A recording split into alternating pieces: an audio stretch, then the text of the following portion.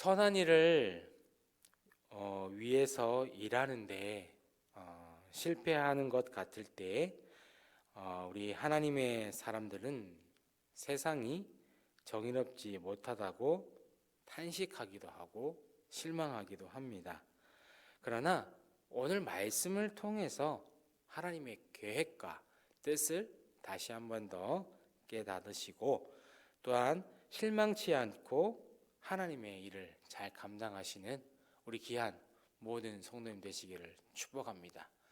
그러나 이 하나님의 일을 우리가 감당하기에 많이 부족하고 우리는 연약한 존재이죠. 모세와도 마찬가지입니다. 모세도 항상 늘 얘기를 하잖아요. 나는 부족하다. 나는 연약하다. 나는 말을 잘하지 못한다. 아마 우리의 삶이 모세의 그런 모습과도 같은 지금 모습을 우리가 가끔씩 생각할 때가 있습니다. 하지만 무엇보다도 우리가 하나님의 일을 감당할 때는 정말 많은 힘든 일들과 어려운 일들이 있습니다. 하지만 그것을 견뎌내시고 무엇보다도 하나님을 바라보시면서 더욱더 하나님의 일을 잘 감당하시는 우리 귀한 모든 성도님 되시기를 축복합니다. 오늘 말씀을 통해서 첫 번째, 악인의 완고함을 허락하신 하나님이십니다.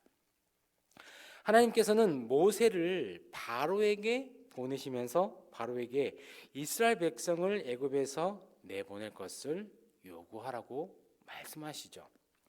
그러나 하나님께서는 이 바로의 마음을 완고하게 하심으로써 바로가 쉽게 이스라엘을 내보내지 않으리라고 예고하십니다. 하나님은 이미 알고 계셨다라는 거죠. 이 말씀을 우리가 오해하게 되면 하나님께서 바로의 마음을 완고하게 만드신다는 것을 보기가 쉽습니다. 만일 그렇다면 바로가 완고한 책임이 하나님께 있다라는 거예요.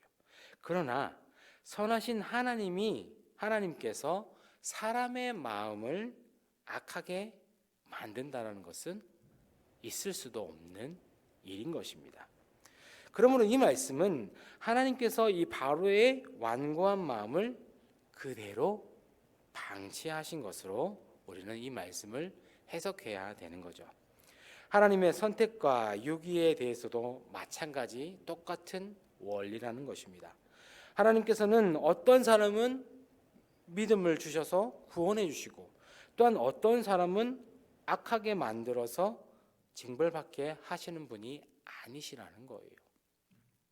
그러므로 우리는 어떻습니까? 자신의 완악한 마음을 그대로 두지 아니하시고 강권적 역사로 변화시키시고 구원해 주신 그 하나님의 은혜에 우리는 감사와 찬송과 영광을 올려드려야 한다는 거죠. 악인의 완고함을 허락하신 하나님께서는 우리의 모든 것을 다 책임져 주시고 또한 우리의 모든 계획과 모든 뜻을 다 알고 계시다는 거죠. 그러니까 하나님께서 이 바로의 마음을 그렇게 만드셨다는 거죠. 두 번째는 스스로 영광을 받으시는 하나님이십니다. 하나님께서 이 바로의 완고함을 방치하신 데는 깊은 뜻이 숨겨져 있다는 거예요. 하나님께서는 애굽이 10가지 재앙을 내려서 바로와 애굽 사람이 여호와께서 진짜 하나님이신 줄을 알게 할 것임을 말씀을 하셨다는 겁니다. 하나님께서는 애굽 땅에서 행하신 10가지 재앙은 애굽의 우상들과 연관이 되어 있습니다. 하나님은 이 10가지 재앙을 통해서 다음에 우리가 보게 되면 10가지 재앙이 나오지만 이 10가지 재앙을 통해서 애굽의 우상들을 치심으로써 오직 이스라엘의 하나님 여호와만이 신이심을 알게 하려 하셨던 거예요. 만일 하나님께서 바로의 완고함을 단번에 꺾으시고 이스라엘 백성을 출애굽시키시라고 만약에 하셨다면 처음부터 애굽의 모든 장자와 짐승들의 첫 새끼들을 아마 죽이셨을 거예요. 그렇죠? 또 다른 방법을 통해서 바로가 처음부터 모세의 말을 아마 듣도록 하셨을 겁니다. 하나님께서는 처음부터 이 10가지 재앙을 계획을 하시고 그때까지 바로의 마음이 완고하게 허락을 하셨던 거예요. 하나님께서 하셨다는 겁니다. 이와 같이 모든 일은 역사와 그리고 주관자이신 하나님의 계획과 섭리 안에서 있다라는 거예요. 우리는 그 하나님의 계획하심과 섭리 안에 있다라는 겁니다. 얼마나 하나님의 은혜를 우리가 기억해야 한다는 겁니다. 하나님께서는 우리를 이처럼 계획하시고 하나님의 섭리 안에서 우리를 함께 지키신다는 거예요. 역사의 주관자이신 거룩하신 하나님을 믿음으로 하나님의 나라가 이 사탄의 세력을 멸하고 반드시 승리할 것임을 우리는 의심치 말아야 한다는 거죠. 가장 중요한 것이 무엇입니까? 바로 믿음이라는 것입니다. 우리가 믿음이 사라지게 되면 우리는 하나님을 만날 수가 없다는 거예요. 정말 이 작은 믿음이라도 우리는 가지고 있어야 된다는 겁니다. 하나님이 우리와 함께 하시기 때문에 오직 여호와이신 하나님이 우리를 바라보시고 우리의 뜻을 계획하시고 또한 우리의 갈 길을 인도하신다는 겁니다. 그 하나님을 바라보면서 하나님을 위해서 하나님의 영광 나타내시며 살아가시는 우리 귀한 모든 성도님 되시기를 축복합니다. 마지막으로 하나님의 역사에 사용되는 바로 우리 성도라는 거죠.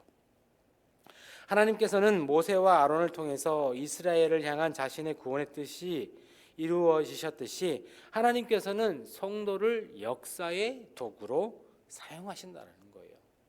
그러므로 우리는 어떻습니까? 하나님의 역사의 도구라는 사명을 잘 감당해야 되죠. 딱 이 말씀 들으니까 마음이 불편하신가요? 사명을 감당해야 된다는 거. 하지만 그것은 힘들지 않습니다. 우리가 사명을 늘 얘기를 하지만 하나님께서 함께 해주신다는 거예요. 우리는 그냥 그 하나님의 말씀을 전하면 된다는 거죠. 나머지는 하나님께서 하신다는 거예요. 우리는 그 사명을 잘 지키고 또한 믿지 않는 자들에게, 하나님과 예수님을 모르는 믿지 않는 자들에게 전하면 된다는 거죠. 그것이 바로 우리가 해야 할 사명이라는 거죠. 바로 복음의 전달자가 된다는 것입니다. 사랑하는 성도 여러분, 우리는 이 사명을 잘 감당해야 되지만 정말 우리는 하나님께서 직접 나타나셔서 많은 사람들을 믿게 만들어 구원하실 수도 있지만 이 전도라는 이런 방법을 통해서 명령을 하신 것은 바로 우리를 구원의 도구로 삼으신 바로 하나님의 섭리라는 거예요. 그 섭리를 기억하시길 바랍니다. 그래서 우리는 많은 장애물과 환난 속 어려움, 정말 힘든 그 가운데 속에서도 하나님의 섭리를 믿음으로 하나님의 뜻을 성취할 수 있는 역사의 도구로 우리는 쓰임을 받아야 된다는 겁니다. 이것이 중요한 거예요. 맡은 자에게 구할 것은 뭐라고 말씀하셨죠? 충성이라고 말씀하셨습니다. 하나님의 도구로서 또한 충성을 다하시는 우리 귀한 모든 성도님 되시기를 축복합니다. 말씀을 맺습니다. 하나님의 일꾼은 하나님의 뜻을 다 이해하지 못한다고 할지라도 하나님이 시키시는 대로 우리는 충성을 다할 뿐입니다. 하나님의 일꾼은 하나님의 명령대로만 성실히 준행하면 마지막에는 하나님의 영광을 위한 하나님의 위대한 역사를 확인하게 되는 것이죠. 사랑하는 성도 여러분, 하나님의 영광을 위한 도구로서 최선을 다하시며 우리가 아무리 어렵고 힘든 일이 있다고 할지라도 우리는 하나님의 곁에서 하나님의 뜻하신 섭리 안에 있다는 것을 기억하시길 바랍니다.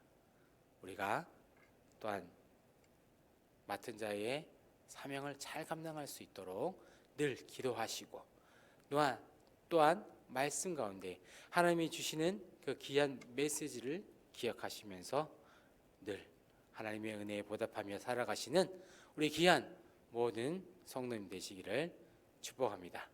기도하겠습니다.